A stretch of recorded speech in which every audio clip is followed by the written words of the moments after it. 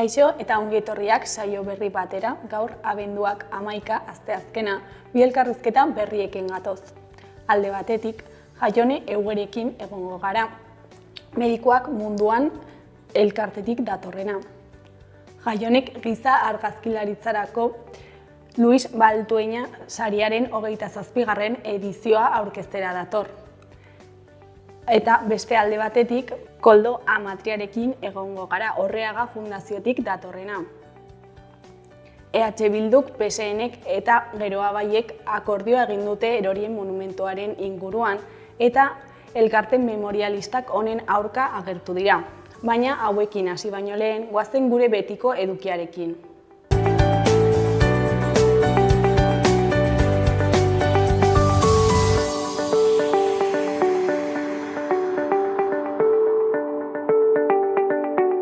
Goazen orain gaurko efemerideekin. Gaurko egun batean, 1973an, iparetarrak taldeak bere lehen ekintza egin zuen bankan, Nafarroa beheran. Urte bat geroago, 1974an, frankismoan ordura arte greba orokor handiena egin zuten Hego Euskal Herrian. Egun berean, baina 2002. urtean, Dilaguar izeneko taxi gidari gazte bat torturapean hil zuten AEBetako militarrek Afganistanen. Eta bukatzeko 2012an, gose greba hasi zuen Teresa Spence Kanadako Atagua Pixkat herriaren buruzagiak, Kanadako legebiltzarraren ondoan.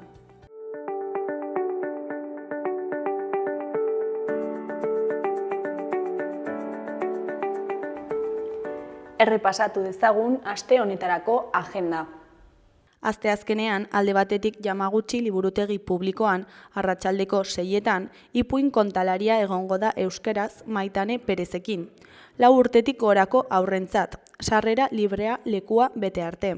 Beste alde batetik, Oripean liburuaren aurkezpena egongo da Arturo Kanpion euskaltegian 10:30. Edizio erabat berritua dakarte, euskal kulturaren divulgazioko klasiko garaikide bat bilakatuta da jada liburua. Euskaldunontzat, alde batetik guk geuk gure hizkuntzaz gain, euskaldunon tradiziozko unibertso kulturala eta mundu ikuskera ezagutu dezagun, baina kanportarrentzat ere gure herria ezagutu dezaten tresna garrantzitsua izan da azken 32 urteotan. Euskaraz, katalanez, gazteleraz, frantsesez eta ingelesez milaka ale zabaldu direlako munduan zehar. Gainera, Harria Bidelagun liburuaren aurkezpena egingo du Iñaki Perurenak Iruñeko hizkuntz eskolan arratsaldeko 7:00. Ekitaldi hau aukera paregabea da, harri jasotze tradizioa, historia eta literatura uztartzen dituen figura handi baten lana gertutik ezagutzeko.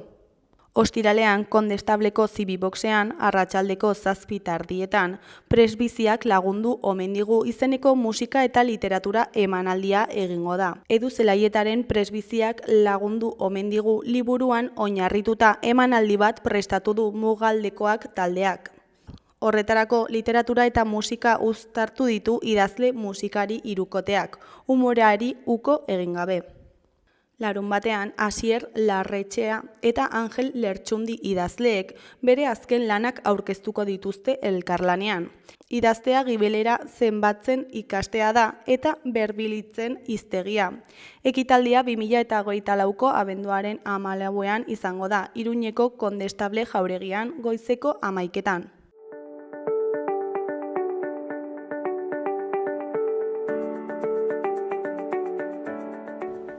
Ikus dezagun gaurko egunkarien azalek zer dioten. Diario de Notiziasen titular nagusian, enpresen 83%k Nafarroan estatuan baino zerga gutxiago ordaintzen dituzte. Txibitek tabernari erantzun dio, zergak beti berberei igotzen zaizkiela esanez. Presidenteak merkataritza ganberako buruzagiari gogorarazi dio pizgarriak daudela etekinak berriro inbertitzeagatik. Argazki nagusian, traktoreen ilara armadaren etorbidetik doa. Titularrean, Nafarroako nekazaritza Mercosurrekiko akordioaren aurka. Lehia deslealari bide ez emateko eskatu dio Europar Batasunari. Hori koloreko argazkian, Xavier Alcoaz, Francesca Mariani, Felix Bariain, Jesus Maria Rodríguez, Lurralde Kohesiorako kontseilari Oskar Txibite, Ana Ibarra, Jose Antonio Marzen, Javier Leoz, Cristina Bayona eta Elena Salinas atzo Herriberrin. Titularrean, Nafarroak despopulazioaren aurkako foru legea berria bultzatu du. Beheko berrietan, alde batetik, odol emaileek osasun aurreikuspenak gainditzen dituzte. Beste alde batetik, Pamplona Bulls kurpil aulkiko futboleko Nafarroako lehen taldea dugu. Jarraian Dominguezek ohartarazi du osasun legea eguneratzen ez bada sistemak porrot egingo duela. Azkenik, 1,7 milioi udal titulartasuneko 23 ikastetxeetan hobekuntzak egiteko. Diario Navarraren titular nagusian, Ganberako presidenteak enpresak erakarriko dituzten zerga aldaketak eskatu dizkio Txibiteri. Presidenteak erantzun du, gehienak gainerako herrialdeetan baino gutxiago ordaintzen dutela. Argazki nagusian, 50 traktorek baino gehiagok protesta egin zuten atzo goizean Iruñeko kaleetatik. Titularrean, landako sosa hirira itzuli da. Europar Batasunaren eta Mercosurren arteko akordioaren beldur dira. Beheko berrian, osasun departamentuak bere legea defendatutu sistemak porrot egin ez dezan. Goiko berrietan, batetik Pedro Bueno enpresaria hilda. Bestetik, Diario de Navarraren kontzertu solidarioak ditugu. Amaitzeko, osasun mentala emakumeen kirolean. Gararen titular nagusian, EH Bilduk eta Lakuak aurrekontuen negoziazioa azkartu dute bihar arte. Osoko bilkurak atzo Peperen, Sumarren eta Voxen osoko zuzenketak atzera bota ostean, Lakuak eta EH Bilduk aurrekontuen erreformak negoziatzen jarraitzen dute. Argazki nagusian, 8 bertsolariak prest daude Gipuzkoako finalerako. Larunbatean, milaka bertsozaleek ilunbe beteko dute. 8 finalistak pozik eta ilusioz beterik elkartu ziren atzo Donostiako plazan egindako prentsaurrekoan, eta bertsolariek beraien helburuen, ametsen eta kezken berri eman zuten. Saioari 5etan ekingo diote, baina etxetik jarraitzeko aukera ere edukiko du bertsozaleak. Naiz irratian, Gipuzkoako txapelketaren finala zuzenean aditu ahal izango baita, 4:00 aurrera girotzen hasita. Eskuineko berrietan alde batetik etxebizitza eskubidearen aldeko mobilizazioa larunbatean Bilbon. Beste alde batetik traktoreek landa aldeko borroka gogoratu dute berriro Iruñean. Jarraian Mario Fernández hilda, Garaikoetxearen bigarrena eta Kutxabankeko lehen presidentea. Bukatzeko, Israelek Siriaren kontrol militarra hartu du, gobernu jihadistak estreinatuta. Berriaren titular nagusian, ikusteko dago Siriako herritarrek talde horien gobernua onartuko duten. Muslim ez da fio al-Assad boteretik kendu duen aliantza islamistarekin. Estatu islamikotik oso gertu daude. Kurdistango indarrak negoziatzeko prest daude, baina erasoz gero gure burua defendatuko dugu. Argazki nagusian, Andoni Rekondo, Oiana Iguaran, Nerea Elustondo, Eneritz Atertxe, Peñat Gaztelumendi, Alaia Martin, Ener Peritz Eguzkitze eta Ane Labanka atzo Gipuzkoako bertsolari txapelketarako finalaren aurkezpenean Donostian. Titularrean 8 buru ilunben txapela janzteko prest. Goiko berrian, Eneko eta Iker Pou eskalatzaileak ditugu. Hauen hitzetan, saiatzen gara espaziora eta kirola uztartzen. Beheko berrietan, alde batetik, Mileik urtebete boterean, murrizketa asko eta oposizio gutxi. Beste alde batetik, Mario Fernández Eusko Jaurlaritzako lehendakariorde ohia hilda. Jarraian, Eusko Legebiltzarrak atzera bota ditu aurrekontuen osoko zuzenketak. Azkenik, betiko desagertua. Kurlinta Mokomea Europan 21. mendean zientzialariek desagertutzat jo duten lehendabiziko hegazti espezia da. Euskal Herria Irratiaren titular nagusian, abenduaren 13 eta 20 zahar egoitzetan lanuzteak egitera deitu du labek. Amabir, Sanitaz eta GSR enpresak zigor kritikatu ditu sindikatuak, barne galdeketa batean sektoreko lehen lan hitzarmenaren aurka bozkatu dutela eta. Eskuineko berrietan, goikoan, erorien monumentua, eraispenaren alde eta kontra. Iruñeko erorien monumentua adieraz berritzeko PSNek, EH Bilduk eta Geroabaik loturiko akordioa aztertu dute Patxi Zabaletak, Edurne Eginok eta Aingeru Epalzak, Metropoli Forala saioko zaharrak berri solasaldian. Behekoan, Aritz Goikoetxearen hitzetan, Iruñeko auzo guztietan euskarazko haur eskolak izateak bermatuko luke hizkuntz eskubidea. Iruñeko euskalgintzak manifestazioa egin du gaur Iruñean auzo guztietan haur eskolak eskatzeko. 5:00 Sarasate pasalekutik abiatuko da protesta.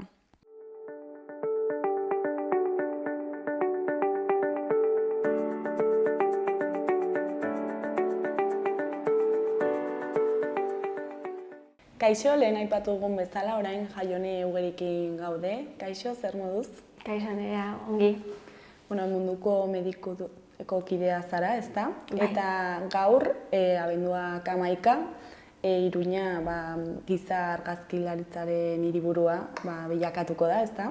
Bai, urtero bezala, ja orain dela 10 urte baino gehiago, hona ekartzen dugun sari internazionala, nazioarteko saria ekartzen dugu, giza argazkilaritzako saria, eta garrantzizko saria da, zen estatu mailan ez dago beste bat halakorik. Eta zertan datza giza argazkilaritza?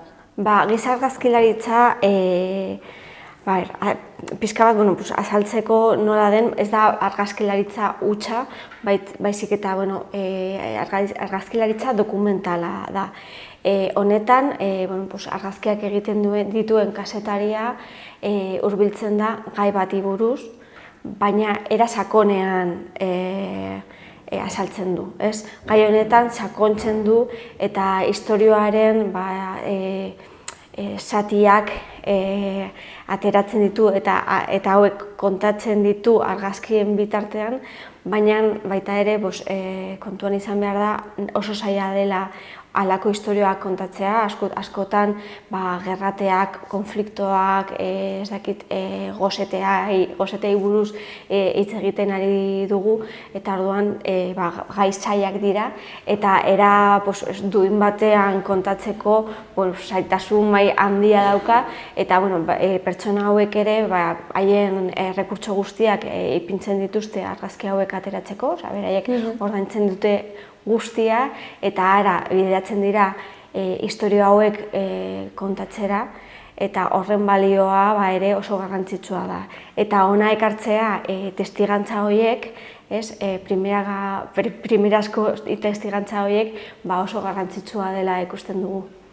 Osea, ez da argazkilariak dute buruan duten zerbait, baizik eta gertatzen den zerbaiten isla da, ez? Bai. Gehienetan egiten dira, ez dakit, konflikto bati buruz, adibidez, ez dakit, aurten ekarri duguna, adibidez, Tigray, Etiopiako zonaldean gerrate txiki bat dago, gainera oso ezaguna den gerrateari buruz, badaukagu argazki serie bat, adibidez, baina beste batzuetan ere istorio txikiak, baina ez daki, hemen gertatzen diren istorio txikiak.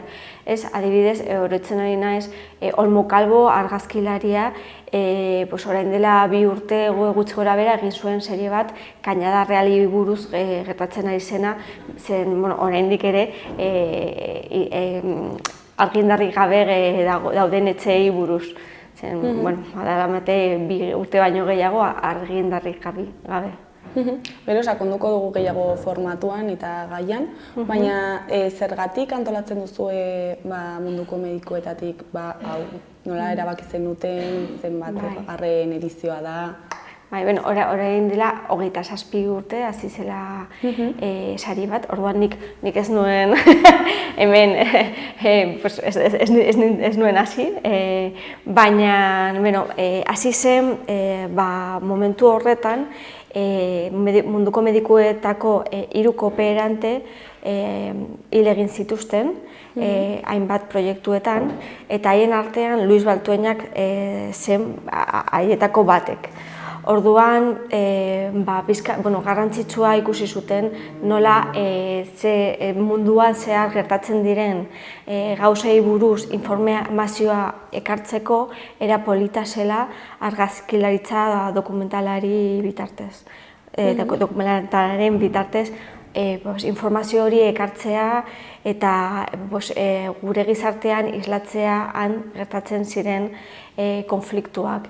Eta Luis Baltoña eta beste bi kooperanteen omenez egin zituzten, hasi ziren sari hau egiten. Hasieran oso txikia zen, baita ere giza argazkilaritza dauden pertsonak gutxi ziren, eta gainera azkenean estatu mailan hasi zen gutxinaka, eta gero ja handitzen denean beste nazioarteko argazkilaritzak ere hasi egin dira honetan.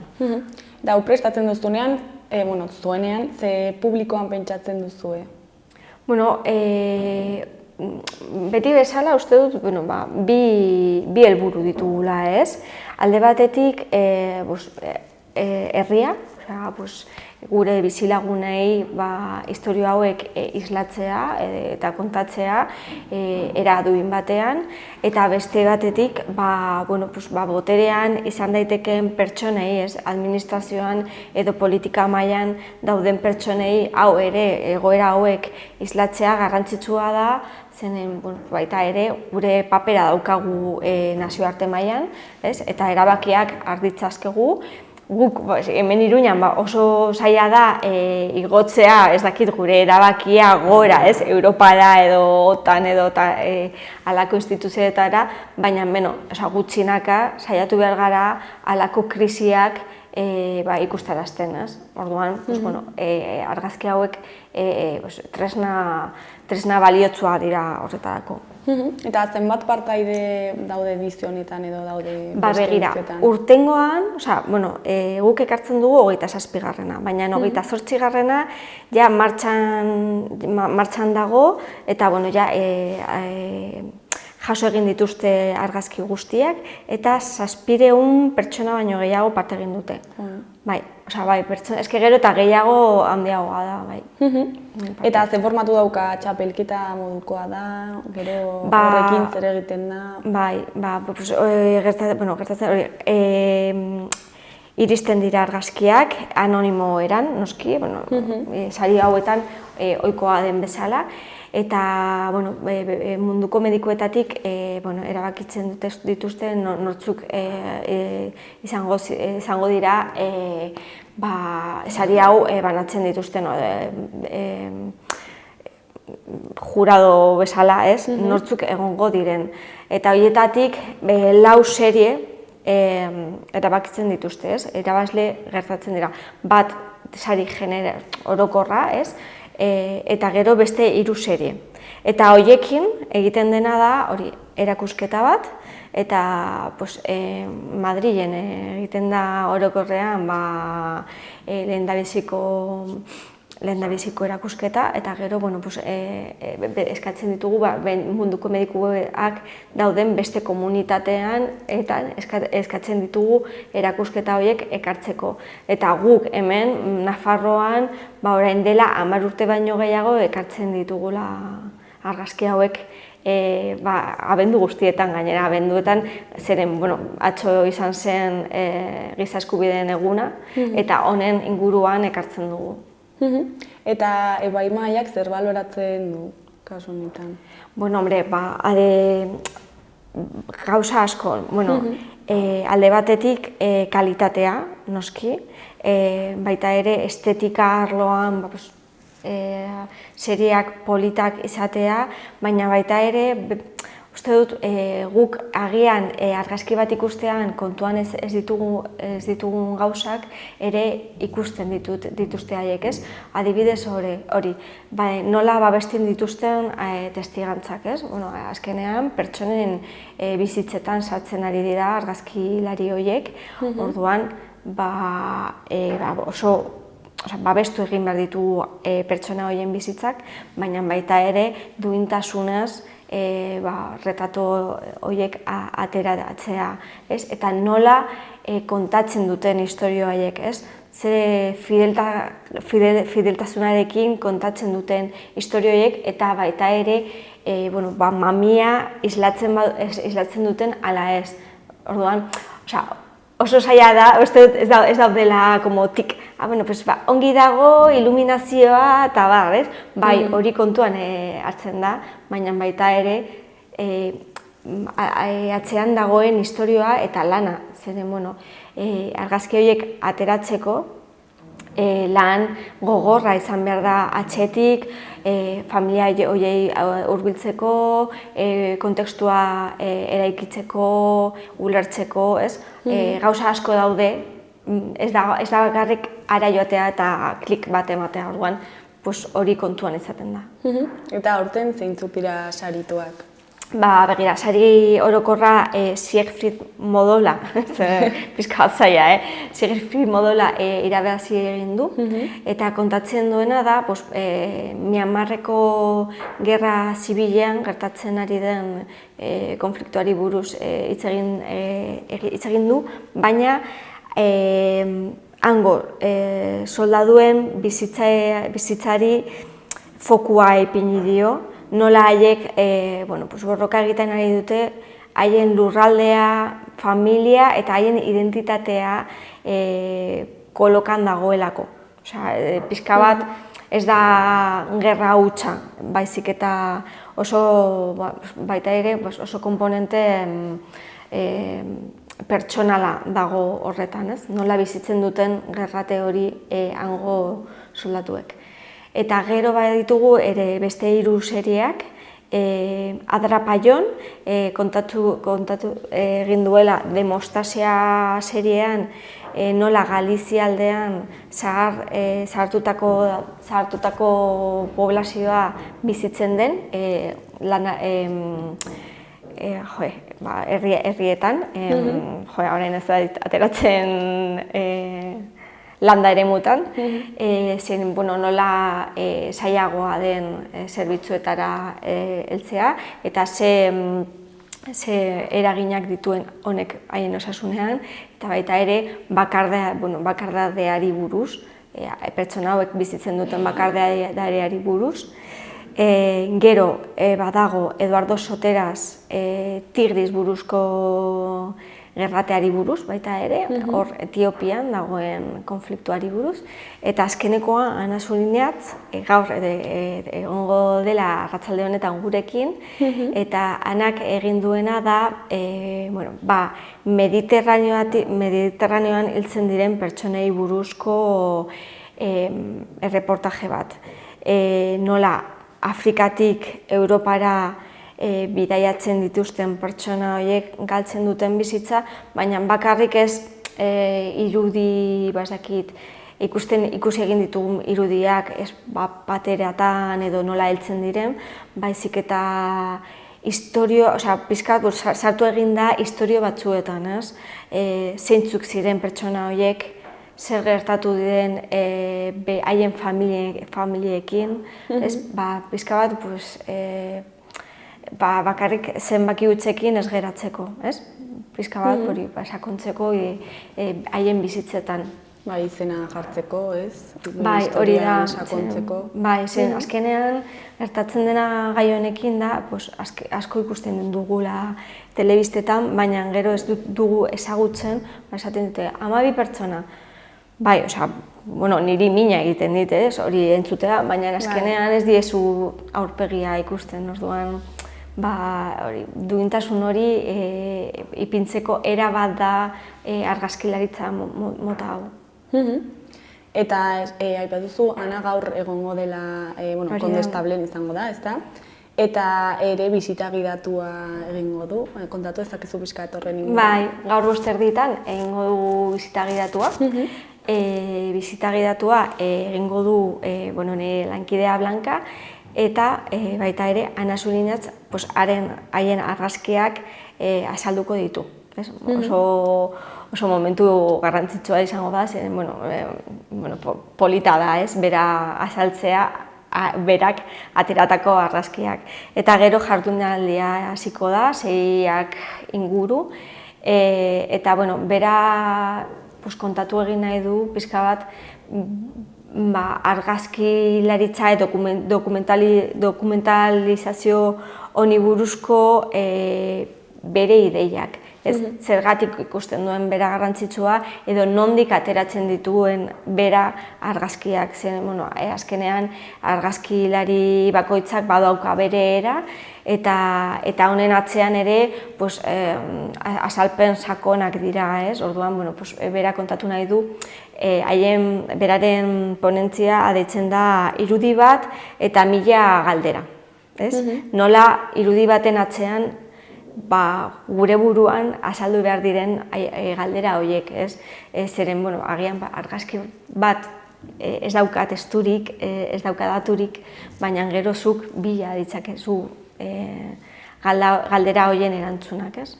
Eta erakusketan bertan badago testua edo badago audioren bat horrela azaltzeko? Testu txiki bat dago. Hau da, erabaki dute munduko medikuetatik, eta uste dut, garrantzizko, argazkiei, indar gehiena ipini egin nahi diete. Uste dut hori dela agian zailena, argazkiekin, argazki tirada batekin, ez dakit direla 10 bakoitzeko, azaldu behar dute zerbait. Orduan, oso erreto zaila da hori, baina uste dut, azkenean oso goi mailako argazkilariak dira, orduan lortzen dute, noski. Batzuetan igual geratzen da motza, ez? Jartzen dutena hainbeste gauza azaltzeko, ze, klaro, haiek ere, jaten dira, gerratera, arrisku bat jasaten dute, historioa kontatzeaz aparte ere, haien historia, gogorra izan da. Noski, gainera, aterako dituzte, ez dakit, 100 argazki edo gehiago, ez? Bakoitzak bere erara egiten dute, batzuk errealitatea islatzen dute, momentuzko errealitateak, beste batzuk argazkiak prestatzen dituzte, adibidez, Anak egin duena, ikusten baduzu ez dut spoiler asko egin dugu, baina lehendabiziko argazkia da argazki bat, uran botata, pertsona baten argazkia. Eta bera, honi argazkia atera egin dio. Hori prestatu egin du, baina beste era bat da. Azkenean, era asko daude gauza bera kontatzeko, baina, argazki guzti horietatik, beraiek erabaki behar dituzte, ze 10 kontatuko duten istorio hau. Niretzat oso zailegia da, ezakit. Eta zenbat argazki izango ditu erakusketak, noiz arte egongo da ikusgai, ze gaur zabaltzen da, ezta? Bai, justo, ayer ipini egin zuten erakusketa Kondestable Jauregian, eta gaur bertatik urriaren 12 arte egongo da Kondestable ordutegiaren irekiarekin. Uste dut, goizean eta arratzaldean irekiak daude, baina Eguberri egunetan ez nago segunetan izten duten edo ez, suposatzen dut 25ean tabar, itxita egongo dela. Baina hor egongo da, patio inguruan, gainera oso leku polita da, guretzat, garrantzitsua zen lehenengo solairu horretan egotea beste pertsonak pasatzen diren lekuan. Eta lau serie dira, esandako lau serie hauek, baita ere, roll-up batean azaltzen da ze ez den sari honek, eta pixka bat Luis Baltuenaren historioa eta bar, pixka bat sakontzeko ideia horretan, baina nik miratzen dut pertsona guztietara, hurbiltzera oso, uste dut, denbora bat eman behar dela han, ez bakarrik testuak irakurtzeko, testuak kontekstua ematen dizute, baina argazkiak dira azkenean benetan zerbait transmititzen dutena. Imaginatzen dut sarrera irekia dela, ezta? Bai, hori da. Eta, zer da zuek espero duzuena erakusketa honetaz? Ba hori, pertsonak, guretzat oso garrantzitsua da, ez? Eta munduko medikuetan, Nafarroako munduko medikuetan, ere beti Luis Baltueña garrantzitsua izan da. Erabili izan ditugu argazki horiek gure agendetan, beti buruan izan dugu Luis Baltueña, eta momentu garrantzitsua da. Alde batetik beste argazkilari eta beste kazetari batzuekin kontaktua hartzeko momentua. Honetan adibidez, Aregnarekin, Aregnanajerekin, direla argazkilaritza asoziazioa hemen Nafarroan, eta beraiekin hitz egin dugu, orduan ere erlazio polita sortu egin da honetatik, eta beste bat, gainera honi buruz baita ere hausnarketa bat egiteko momentua da, kasetaritza buruz, nola kontatzen ditugun istorioak, eta beste aldetik istorio izkutu hauek ikustarazteko aukera handia dela. Orduan hori da gure helburua, pertsonak ara heltzea, erakusketa ikustea eta hausnarketa txiki bat egitea. Eta horrekin guk posik. Primeran Jaione, ja ez dago galdera gehiagorik, ez dakit zerbait gehiago komentatu nahi duzun, edo jendeari zerbait esan? Nada, hori bakarrik, pixka bat hurbiltzea eta pentsatzea argazki hauen atzean dagoen lan guztia, eta baita ere kontatzen diren pertsonen historioei buruz pixka bat hausnarketa txiki bat egitea, eta nola agian pertsona horiek ona etorriko diren bizitzera, agian gerrate baten ostean edo gozete baten ostean, eta nola jasoko ditugun gizarte bezala. Gonbidapena luzatzen dugu hemendik, jendea animatzen den bertara gerturatzera. Eta zuri eskerrak eman gurekin hitz egiteko tartetxo bat ateratzeagatik. Zuei, mila esker.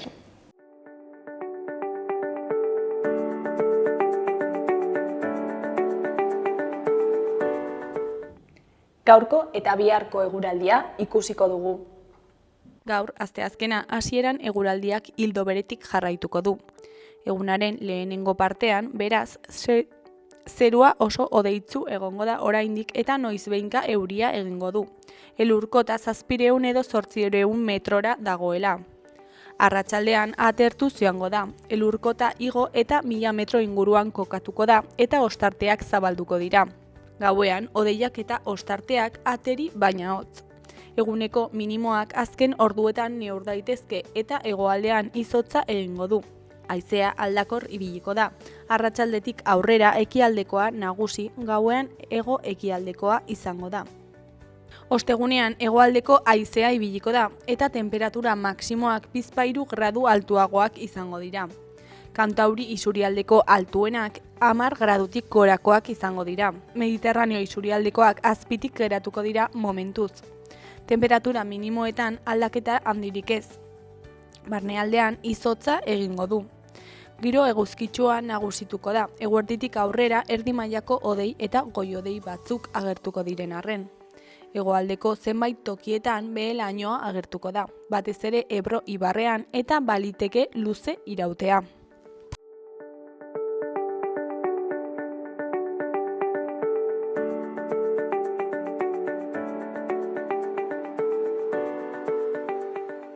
Koldo Amatriarekin gaude, Aga Fundaziotik datorrena. Kaixo, zer moduz? Ongitazu. Oso ongi. Poste naiz. PSN, H Bildu eta gero Abaiek akordioa egin zuten Erorie monumentuaren kontuaren inguruan, ezta? Eta hau aspalditik datorren kontua da, ezta? Esan daiteke datorrela eraikin zutenetik. Lehen momentutik izan zen irain bat 3700 hildakoentzako eta baita ere milaka errepresatuentzako. Gero, ailegatu zen transizioa eta suposatzen dugu akordio baten baterako ailegatu zen eta zabaldu zen isiltasunean, hori memoriari buruz, eta orduan pasatu den denbora, baina ja bukatzen denean mendea, ia mugitzen ari zen gauza, eta momentu hortan bai udalan eta baita ere gobernuan zegoen eskuina gobernatzen. Eta llegatu zen, aldatzeko jabetasuna Elizatik udalari pasatu zen jabetza, monumentuarena. Eta orduan, betikoa, UPN, PP eta bar, mantendu nahi dute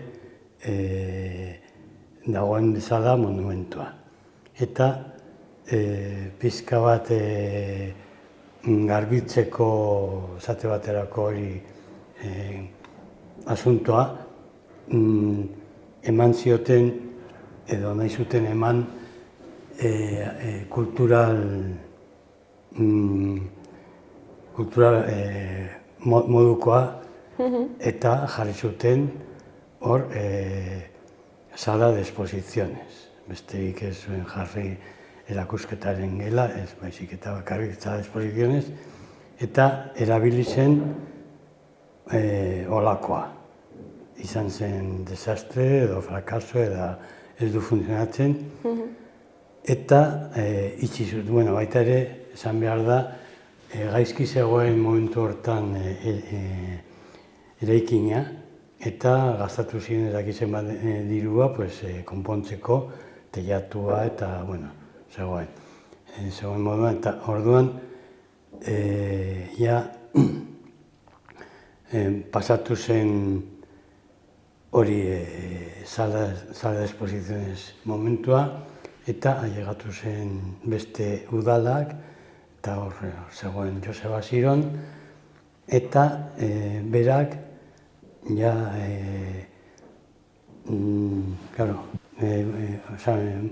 memorialistaren mugimendua oso mugituta zegoen, eta bultzatzen ari zen zerbait egiteko horrekin.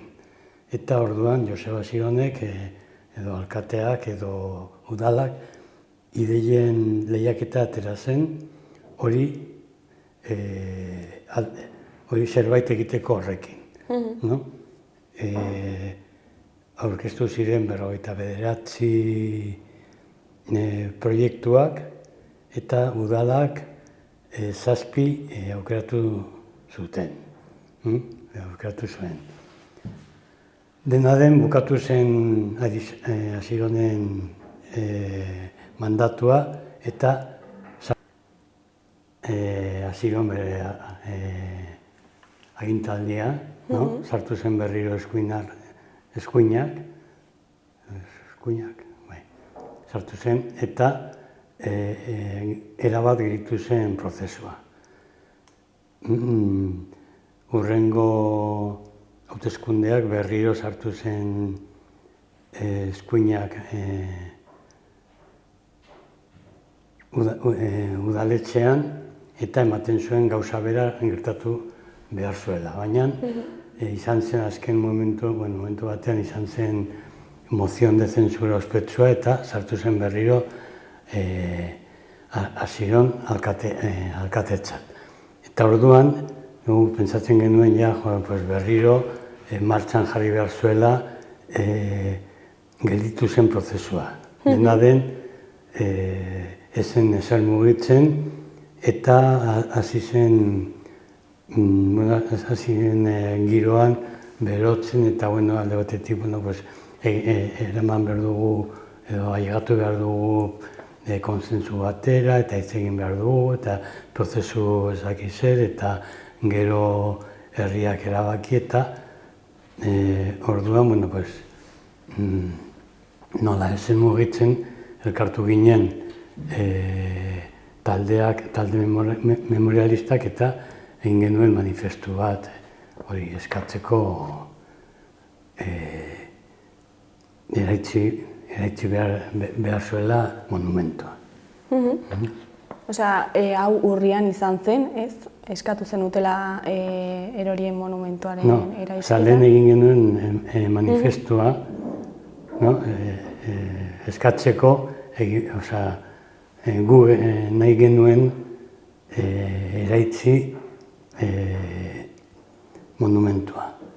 Pasatu zen denbora eta udalak ez zuen ez ere egiten eta azkenean aurkeztu genuen udalan eskaera bat, eskatzeko martxan jartzeko prozesua, botatzeko monumentua, eta guk uste genuen, eta horregatik eramaten genuen txosten bat, guk uste genuen legeak agintzen zuen botatzea, baina berehala. Eta orduan izan zen beste... Eta txosten honen edukia zein zen? Txosten hori, beti bezala, txostenak dira oso gorapitzuak, dena den, ez naiz jurista eta ez daukat memorian zein ziren legeak eta ez dakize, baina azkenean guk uste genuen, esan dudan moduan, uste genuen legeak ikusten, botatu behar dutela monumentua, baina berehala botatu ez, izan behar zuen botatu, aspalditik. Eta horregatik eskatzen genuen hori, hasteko prozesua botatzeko, baina hori berehala. Baina erabaki bat hartu dute eta ez da erabakia, momentuz udalak ez du erabaki ezer. Zen eta akordioa izan da 3 partidoen artean. PSOEk, Euskal Herria Bilduk eta Gero Abaik haien artean sinatu dute akordioa, haiek esaten duten moduan, eraldatzeko monumentua. Ez dute erabiltzen hitz ospetsua resignificación, baizik eta erabiltzen dute transformación, eraldatu. Eta, haiek pasatu dira gure gainean, bere bazkide gainean, gobernuko bazkide gainean egiteko, pasatu dira, ez dakite, adibidez, urtean zehar, dozenaka gutun edo artikuluak agertu dira egunkarietan guk eskatzen duguna.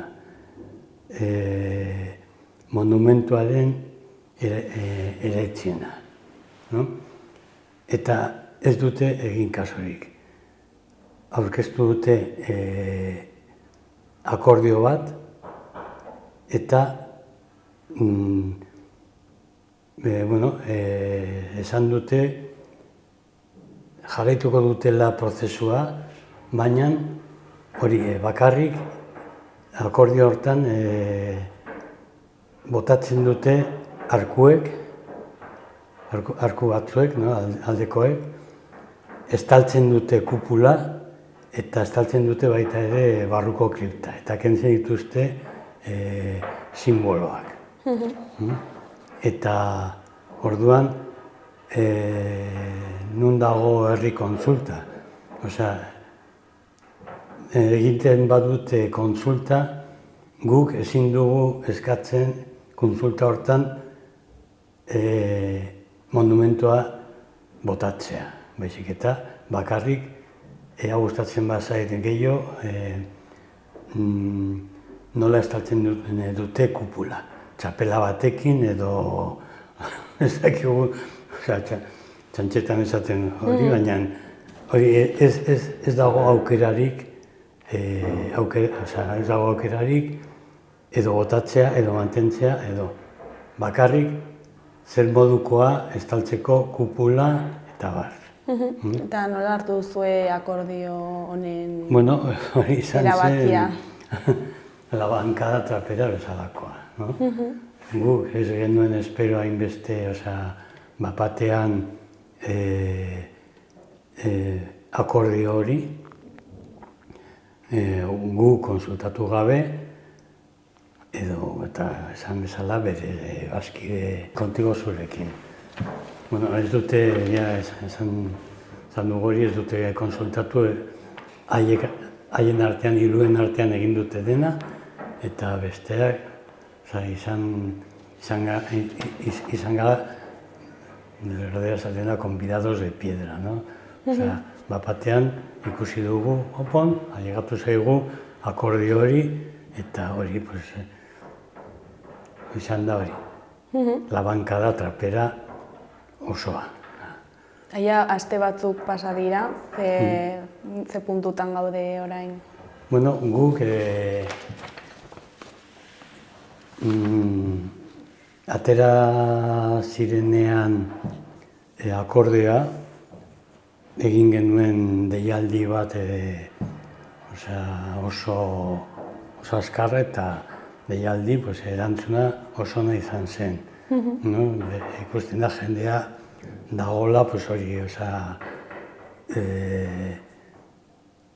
uste dugu daudela oso ados gurekin eta elkartu ginen batek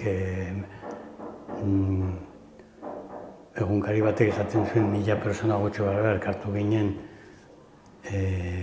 udal plazan eta orduan hortik atera ginen indarra jarraitzeko eta horretan gabiltza. Esan behar da, gero aurkeztu zuten akordioa hiruen artean eta gero ailegatu zitzaigun udalaren erantzuna. Eta noski izan zen, erantzuna, ea botatzeko monumentua eta izan zen hori, ezetz, no? Eta,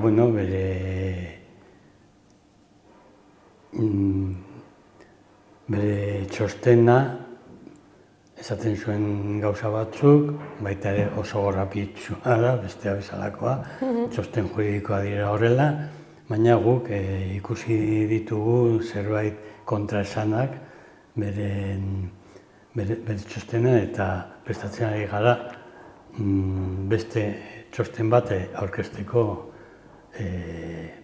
udaletxean. Daukagu epea 27 arte eta orduan lasaitasunarekin. Eta gutxi gora bera zeintzuk dira haien arrazoiak? Arrazoiak nik ez dut entzun arrazoirik. Nik entzun dut bakarrik hori zer ingo dute, nola ingo dute, dakizer, eta baina arrazoirik ez dut entzun. Bakarrik norbaitek esan du urrutiago ezin zen ailegatzea. Bakarrik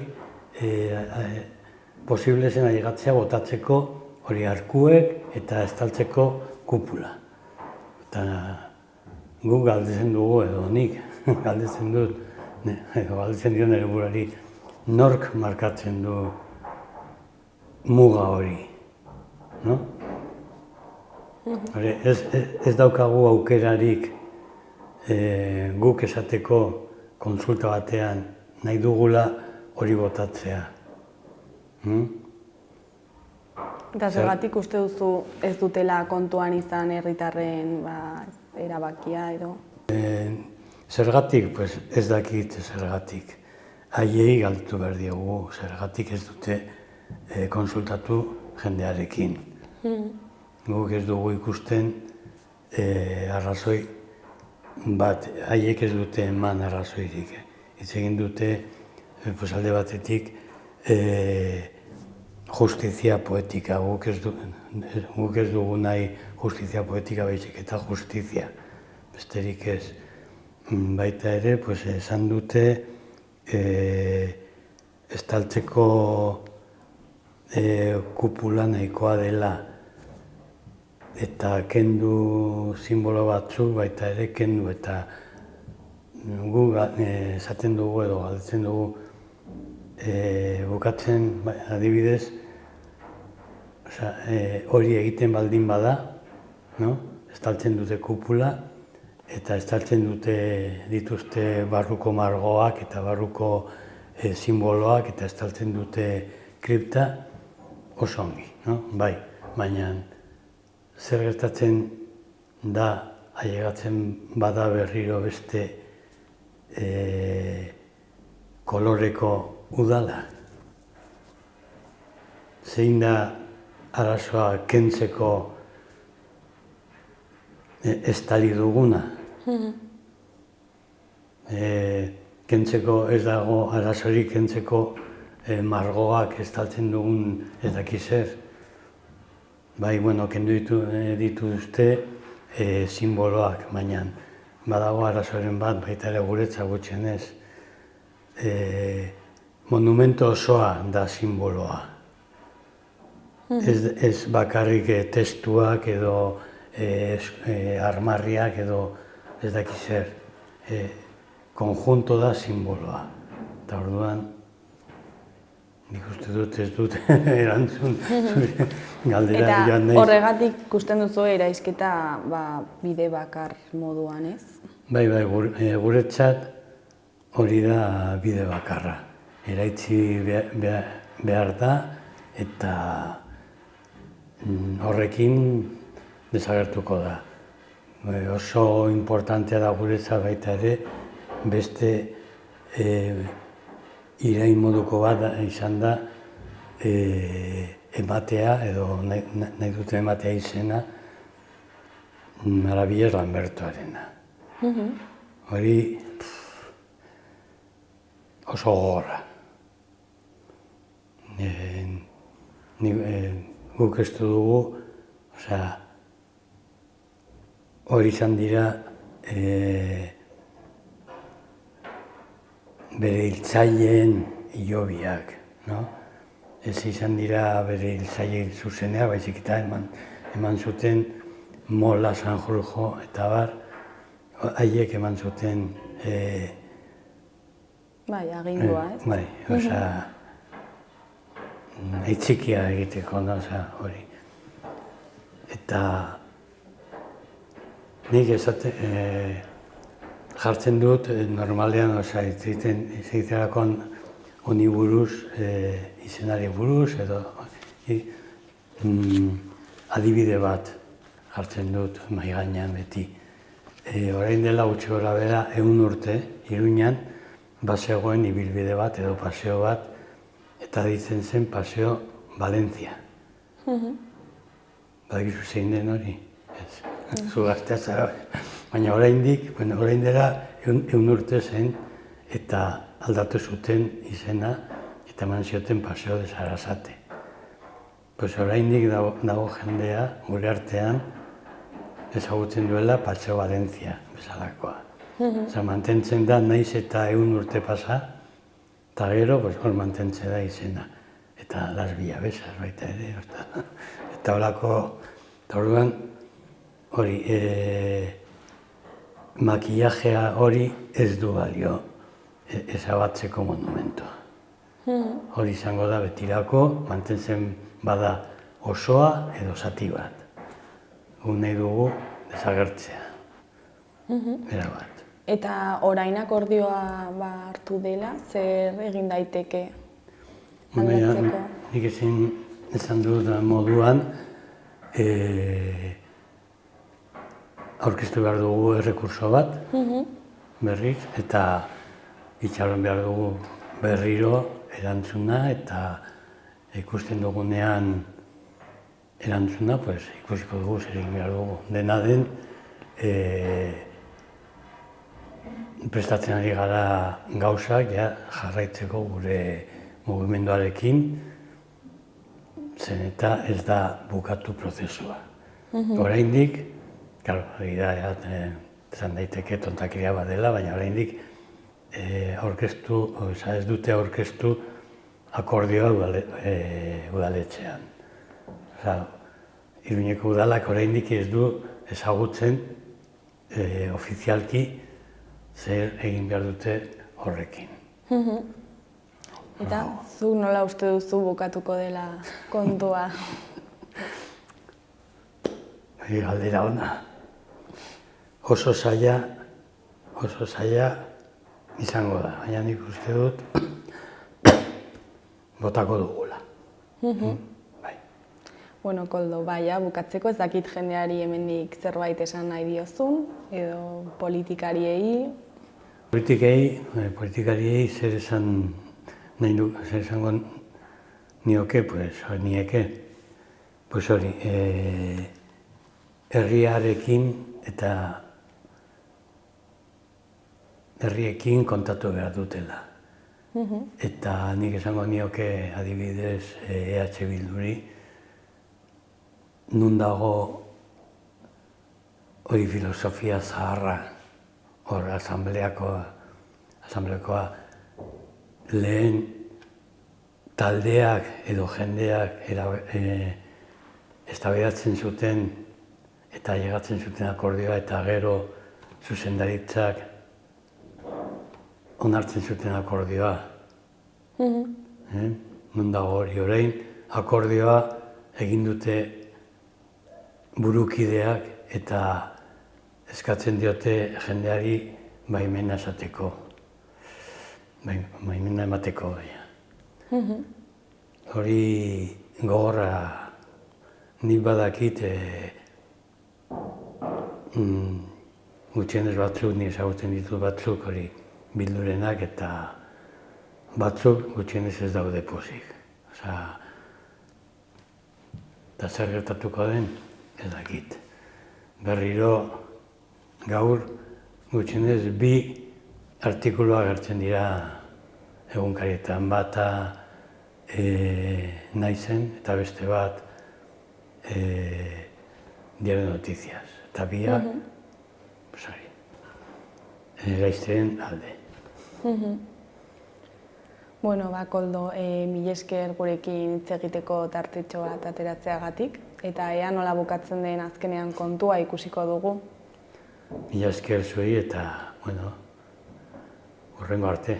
Hori da. Bueno, agur. Vale.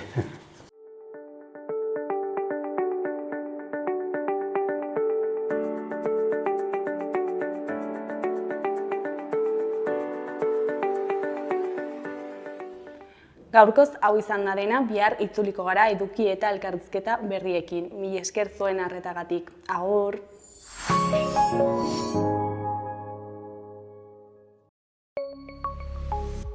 Gobierno de Navarra. Nafarroako gobernua.